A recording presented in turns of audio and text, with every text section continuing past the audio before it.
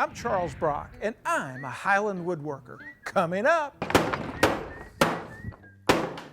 And when everything in my tray bounces, then it's down. Building a chair from a tree, post and rung chairmaker Tim Hintz invites us to his outdoor shop to explore this exciting process. Making through-tenons can be a tough concept to grasp. Popular Woodworking's Bob Lang has a technique you'll want to see. Then we're heading to Port Townsend, Washington, home to world-renowned cabinetmaker and woodworker Jim Tolpin. Learn about the chance meeting that had this geophysics major charting a new course. Here was this guy just having an incredibly good time by himself, working with wood, building something that was going to go somewhere. I just thought that was the coolest thing in the world. And we'll take you underground to one of the most exciting woodworking societies on the net, Matt's Basement Workshop. All of this and more this time on the Highland Woodworker.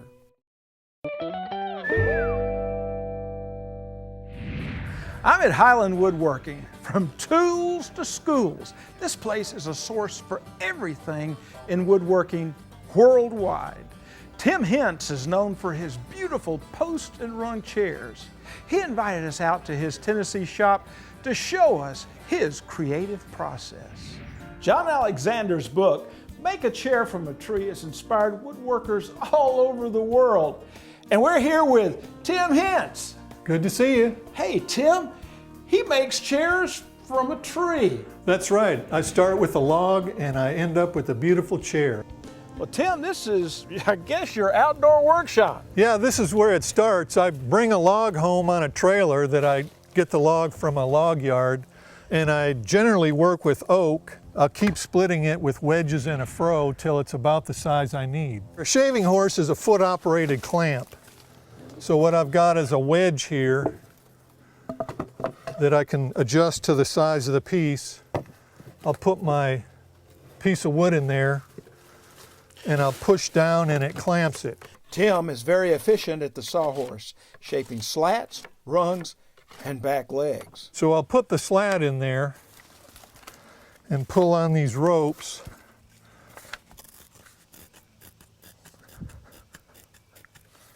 And the friction of this rope pulling on that one holds it in there. So I've got a pretty good curve there. Here's a kind of a flat spot. I'm calling that pretty good. What do you think? Well, that's nice. So this is octagonal now. Mm-hmm.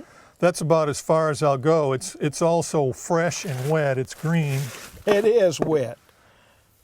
And then the next step would be to take this, cut it to length, and then I'll turn it while it's still wet on my lathe. And then I'll get a bunch of parts and I'll put them in a heated dry box, and that'll make sure that they shrink as much as they're going to, and then I'll turn the final dimension on the tenons. I take this piece we split out of the log and I'll clamp it again in my shaving horse. And first I'll start by making one face flat, and I usually go along the rings of the tree. Just like in any other woodworking project, the stock has to be made 4 square. It's no different here. So now I've got a 1-inch width here, and that's the width of my post here, and the full width down here where the rungs go in. Then he tapers the top of the post. Well, Tim, it looks too thick to bend. It is. It's about 1 inch thick, and it won't bend now. But if we give it enough steam and enough time, it'll bend like putty. Well, let's steam her up. All right, let's put it in my steam box here. All right. All right, it's in there. 45 minutes later, it's ready to bend in his form. He just drives a series of wedges in to hold the back leg in place as it dries. And one more.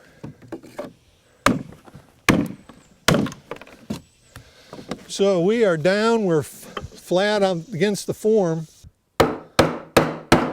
Tim mortises the back legs to receive the slats.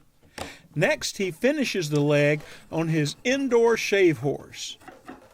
At his bench, he uses a hand plane to finish the job before laying out the rung mortises. So I've got a numberless marking gauge here, so I'm not confused. And I know that one rung goes here, one rung goes here, one rung goes there.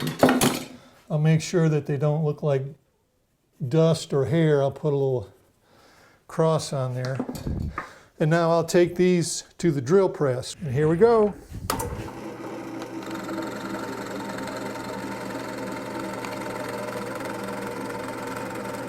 A little glue goes in the joints before pounding them home.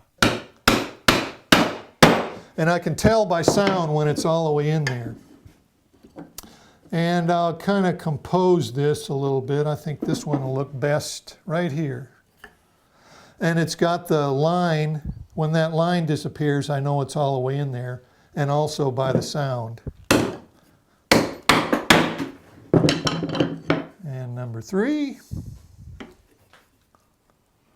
And I'm orienting these so that the rings go this way because wood moves more this way, and the rays go this way, it moves less. So this hole is not going to shrink in height, but it's going to change in width because of the way that wood moves as it takes on moisture and gives it off with the change in seasons. From air conditioning to wood stove heat. And when everything in my tray bounces, then it's down. So, I think we're all the way in there. I'm going to double check to make sure that the back of this and the front of it are parallel. So I'm going to make a check here. Good. Now I'll lay out for my mortises for my cross rungs that go side to side, the front and back. At 17 inches, 11.5, and 5.5. Then it's off to the drill press for cross-rung mortises. Now the front of the chair is wider than the back by about 3 inches. So I've got 1.5 inch spacer here, and if I put the back of the chair up on that, that'll give me the perfect angle every time.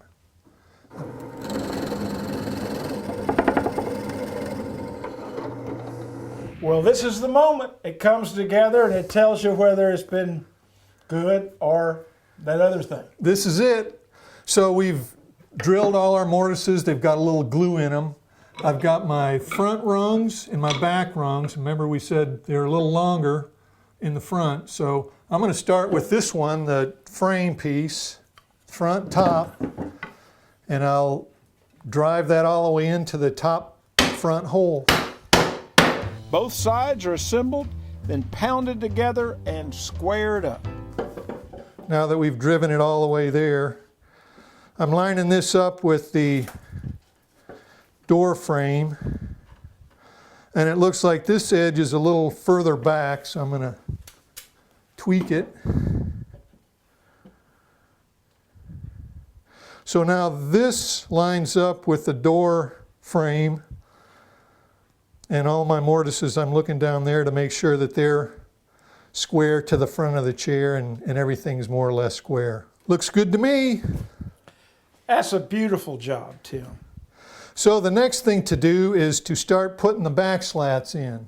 In order to make the chair comfortable, we've put the slats in now, we've put the first 2 in, and I want to line each slat up with the next one. So how I do that is I've got this pinch stick here, and I've got it adjusted so that I'm sighting down this one, and this one lines up with this one. So here's the length that that slat needs to be. And all that is 2 rulers. It's 2 rulers, and I've pinched it together with your common clothespins. And then I'll assemble it in there, and then I'll drill holes and have hickory pegs to hold all the slats in. So it's a square peg in a round hole. that holds the slats in. And that'll finish up the construction of the seat, of the frame, and then all you need to do then is weave a seat, right? Yep, I'll collect hickory bark in the springtime and I'll store that until it's time to use it. Then I'll soak it in water, and it takes a couple hours to weave a nice 50-year seat in this chair. Well, this is going to be a great chair. I enjoyed it. Thank you so much. Yeah, I'm glad to have you here and enjoyed having you in the Fresh Chairs workshop. Fresh, that's the Tim Hintz way.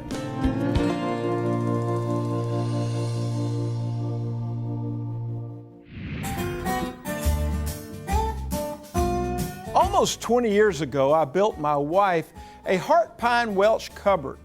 One of its features is the big crown molding around the top. The molding is several inches in height. How do you make it? If you don't have a shaper and a selection of expensive cutters, there is a way to make it out of your special project wood. Well, I just looked through some router bits I already had on hand and found that I could cut some edge profiles in some heart pine boards and stack them up. The great thing about edge forming bits is that you can use part of the profile or all of the profile and get different results. Remember, with edge forming bits, you need negative thoughts. In other words, what is left after the bit takes away its shape is what you get. I am using a small cove, a 1-inch cove, and an OG fillet, or fillet, although I prefer cod, of course, and stacking them together to see what they look like, that's the ticket.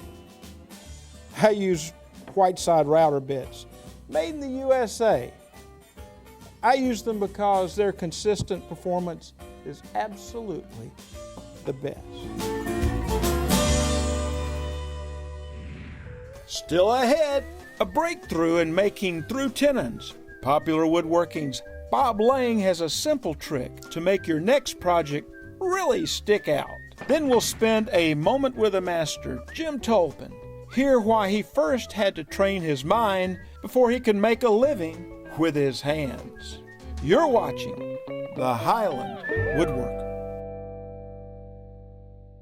SawStop is the only table saw that stops on contact with skin. Its safety features and unmatched quality and craftsmanship have made it the best-selling cabinet saw in America. Put a SawStop in your shop. Are your tools Tormek sharp? Tormek, consistent, reliable, and razor sharp. Tormek, sharpening innovation. Craig, from the first cut to the final assembly, providing woodworkers with products that help simplify woodworking challenges. Craig. Rycon Power Tools, a leader in woodworking power tools for over 10 years with a passion for quality and performance at an affordable price. Rycon has a full line of dependable tools, including a long list of industry-leading bandsaws like their new powerful 10-350 14-inch professional. Rycon Power Tools, tools designed by woodworkers.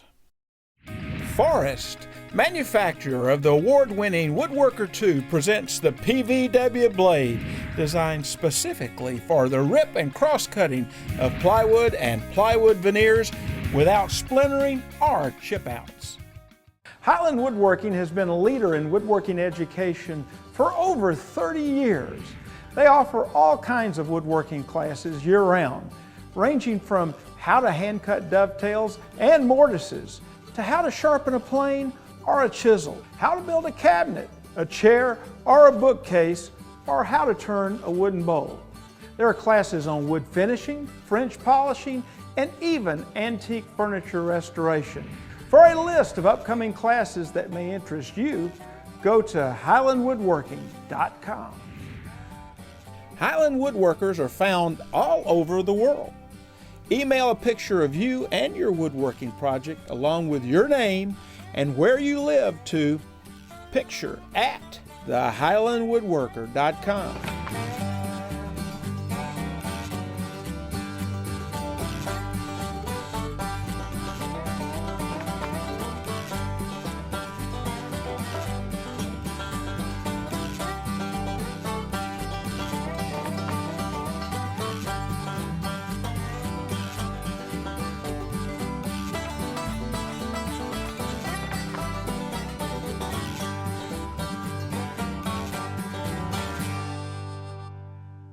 With through mortises, mission furniture can be a challenge.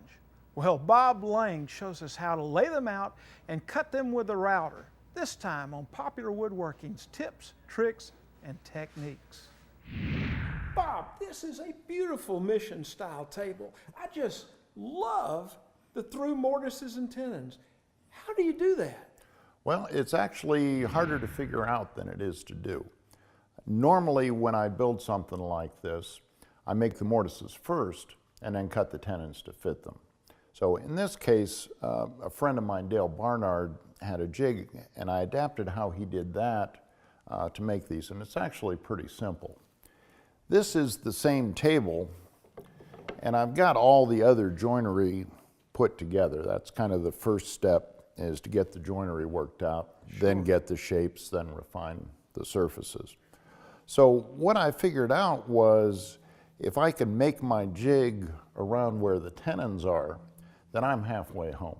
So that's kind of reading reality there and working from it. right. So if I've got this here and I can cut to it, then I can do it. So what I've got is this piece of plywood I ripped so it's the exact width of my tenons there. So if I can get that exact length, which I should be able to do just by marking it there and there, I can cut this piece to fit, glue a couple pieces on either side, fill in the end, and I've got a jig that I can then use with a flush trimming bit in my router, and I can cut these mortises real easy. That's a great idea. Well, I thought Let's so. see it. Yeah. These are the three pieces that were that one long piece, and that just fits right in, and then these two will go on the end. And if I can get you to hang on to the outside pieces, we can go ahead and put this together. And we'll just set that piece in, and one on each side and one on each end. And a lot of people don't realize you can glue plywood together like this.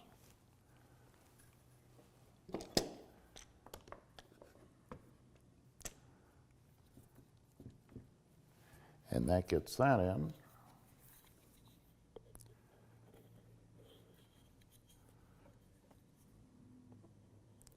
And here's the other one. Those ease up a little bit. A couple more clamps and we're in business.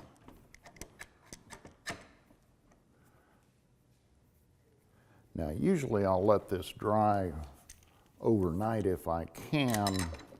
If not, in a couple hours the glue should be set up enough to use. Sure. Then I can just take this off, run my router around the edges. Bob, how do you find out where the jig goes on the tabletop?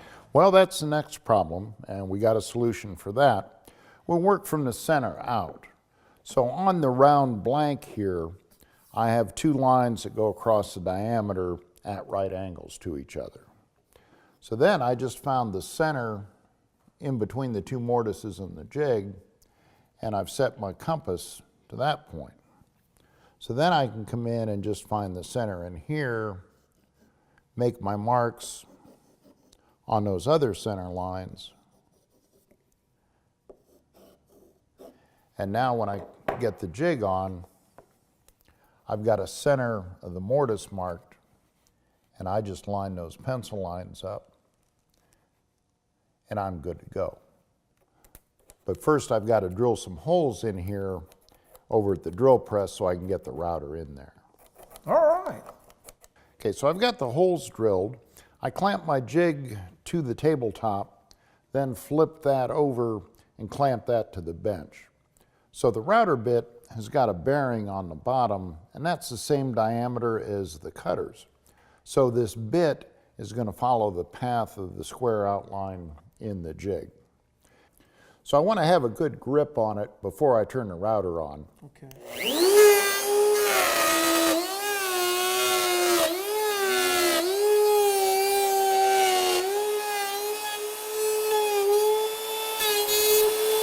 And I also want to turn the router off, let it wind down so I don't nick anything on the way out. Sure. So One down, 3 more to go. I'll have a little bit of work with a chisel to square the corners up, but I'm almost there. Now I still have to square the corners up, but because I used a small diameter router bit, there isn't much there to chisel out. That's right. And this is actually easier than you think, because if I get the back of the chisel against the flat part of the mortise, I can just kind of swing it into the corner. And then that leaves me a nice sharp corner.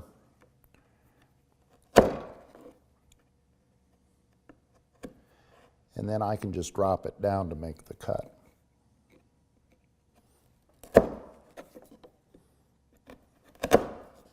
We're ready to give it a try. The moment of truth. Sometimes you may have to tweak it a little bit, but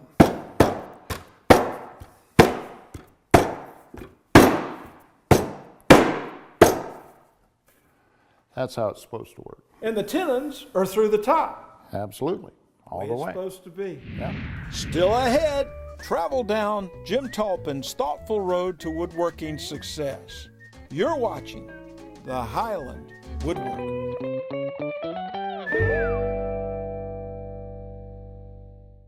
Masterpiece Wood Finish is a special 3-part oil and wax system designed to enhance the beauty of wood. It's easy to apply, maintain, and repair. Applying several coats of the base coat, mid coat, and top coat to a prepared wood surface will create a finish that will make a craftsman smile. I helped develop Masterpiece Wood Finish, not just for your masterpiece, but mine too.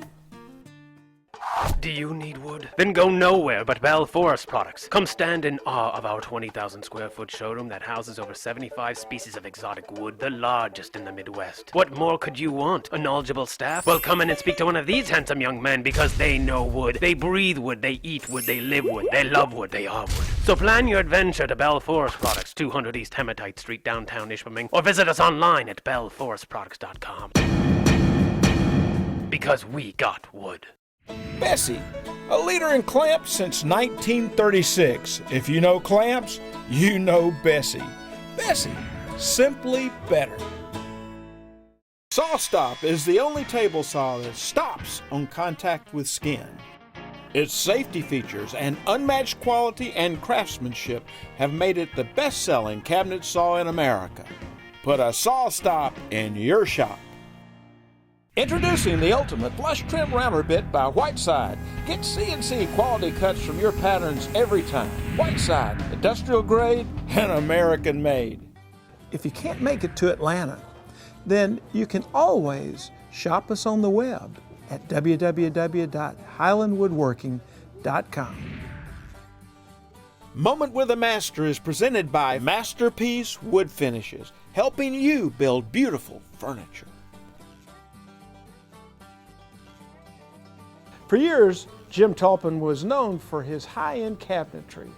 Now he has a new direction in his semi-retirement.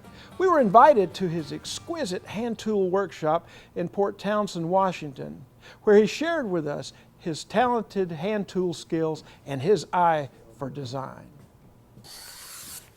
You can start to see this board is really starting to shine. Well, I knew it wouldn't have anything to do with fortune and probably less to do with fame, but it had a lot to do with getting some good woodworking jobs. Decades ago, woodworker Jim Tolpin took a chance that really paid off. A friend of his told him about a growing need for boat builders in the Pacific Northwest.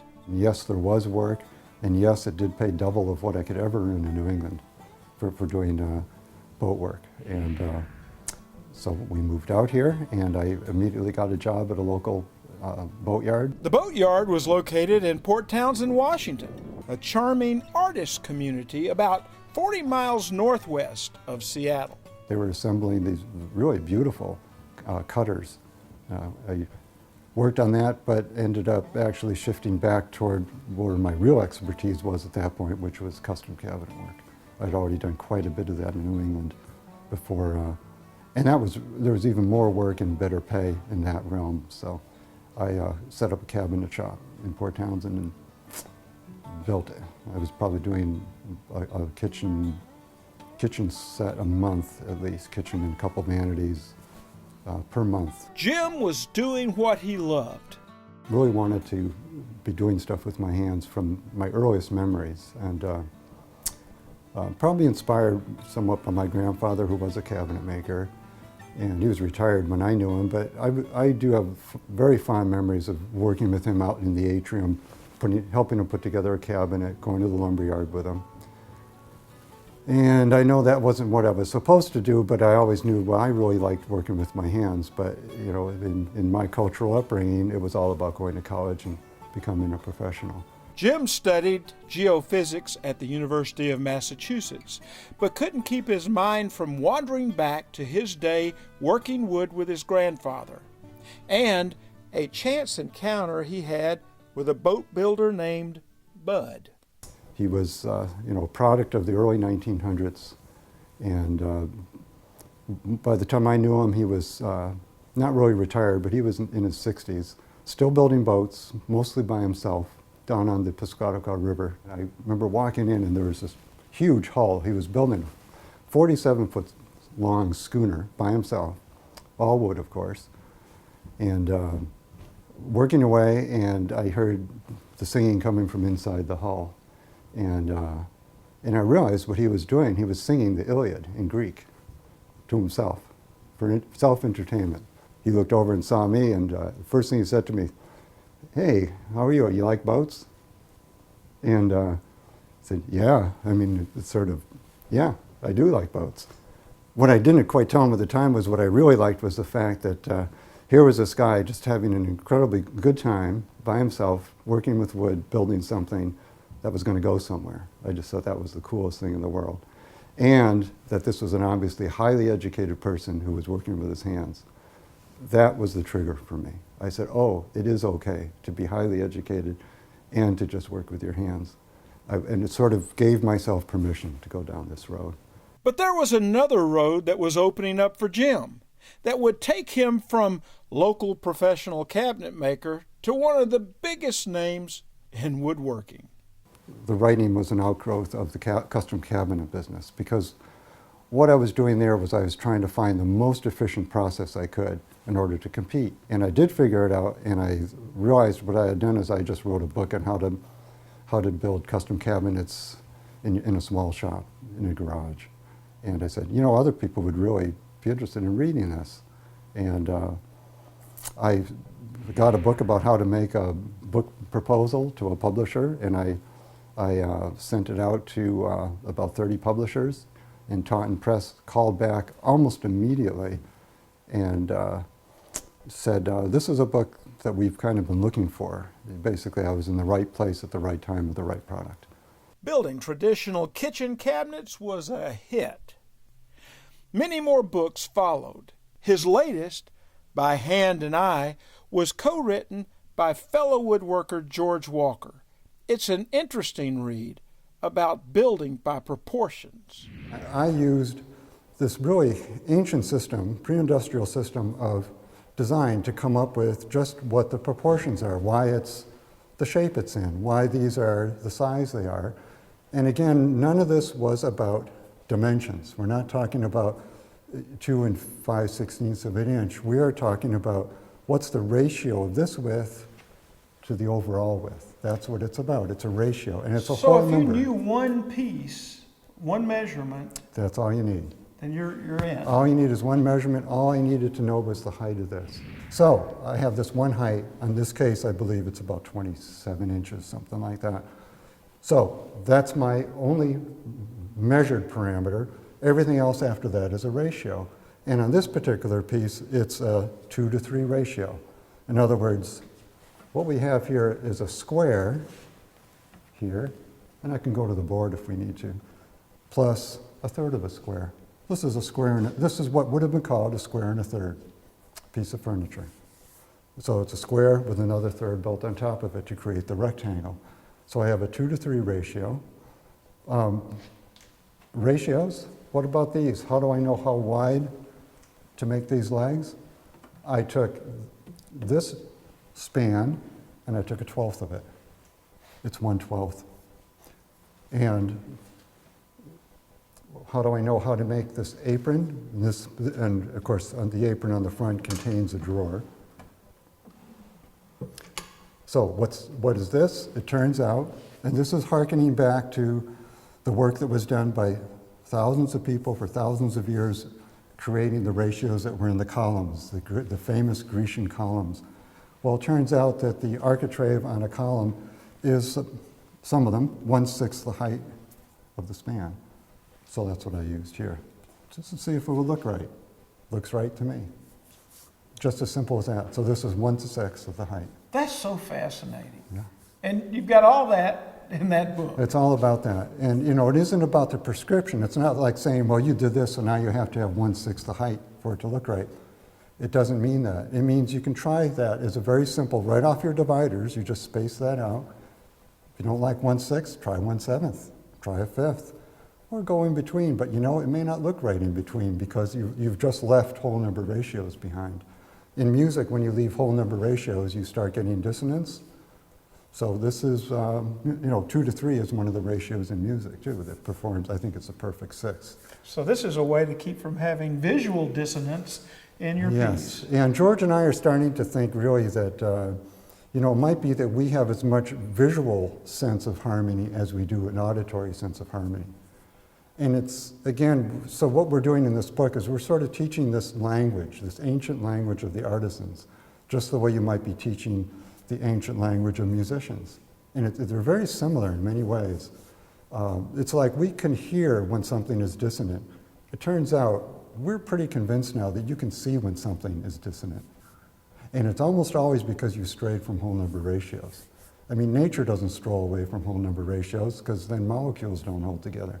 You don't have H2.5 to 1, you have H2O. Unless you're in a nuclear explosion, and then, for a couple seconds there, you have some real dissonance happening. Well, so I wanted to avoid a nuclear explosion in my living room, so I stuck with whole number ratios. And so, on these, here's the little blades, top and bottom. How do I proportion those? Well, this was 1/6 of the height. I just took this as 1/6 of this. And again, that sort of information, the DNA that's coded into those columns, kind of give you this sort of information. You're stepping down from large scale to smaller scale, from macro to micro, but the smallest part of a column is in a whole number ratio to the overall width of the shaft and everything else. They're all related. Is that why this looks a third and a third and a Yes, third? yeah. See, see, now you have visual ability to read what's going on here. Just about a mile down from Jim's custom hand tool workshop is where he gets to put his passion as a woodworker, intellectual thinker, and author into practice. He's an instructor at the Port Townsend School of Woodworking, a place of constant learning that this skilled woodworker helped to establish. I'll say it right outright. I am not a master craftsman. There's people that way beyond anything that I could possibly do out there. But what I am starting to get masterful at, I think, is teaching this stuff. I think that's really where I think I'm starting to achieve some mastery. People are going away pretty happy, that makes me happy.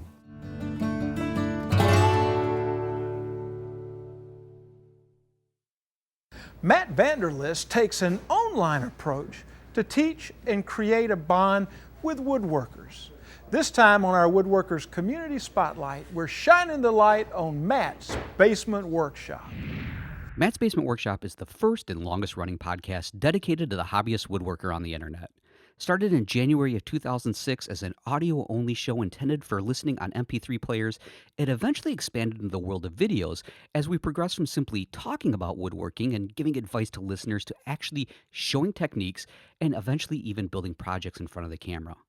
Matt's Basement Workshop is not a traditional online community in the sense that it doesn't have a forum or a chat room, but it's been an online destination for woodworkers over the last 7 years.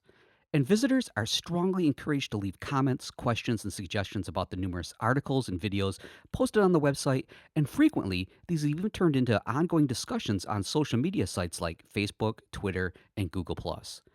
The show has always been an opportunity for myself to share my woodworking experience with other woodworkers, but more important, it's been an amazing resource from which we've been able to interact with each other and in return share that knowledge. And another example of the sense of community that Matt's Basement Workshop offers is that it's routinely shared by visitors with family and friends who are looking for specific woodworking information and sometimes even inspiration. It's not unusual to receive emails that start with something as simple as, I found your website from a friend who suggested I visit, or even occasionally, my wife saw that project that you just built and wants me to do the same. Now, how do I get started with it? With over 7 years worth of content, everything from projects to techniques, tool reviews, audience question and answer, and so much more, there's a very good chance that you're going to find something in the website's archives that you'll enjoy. And since it's available 24/7, year-round, the easiest way to stay current with the content is to subscribe to one of the 4 RSS feeds that we offer. Be it a subscription to the entire website, which includes every post, video, and even the occasional downloadable file, to our regular standard definition videos, perfect for mobile devices, and even our 720p HD video feed, which is perfect for watching on bigger screens like TVs via a set-top device. It's easy to find content that fills your needs. Maybe it's even the feed that started it all, the audio-only version, which gives you the same content as the videos, but they're stripped down so you can listen on the go to give you that woodworking fix that only woodworkers would ever understand. And the best part about it, whichever one you choose, they're all completely free, and it's a great opportunity to enjoy woodworking even when you can't be in the shop. If you'd like your woodworking society, community, or organization to be highlighted on the Highland Woodworker, then contact us at this email address and we'll tell you how. Improve your woodworking experience. Sign up for Wood News Online, a monthly newsletter showcasing the latest news, tips, and classes Highland Woodworking has to offer.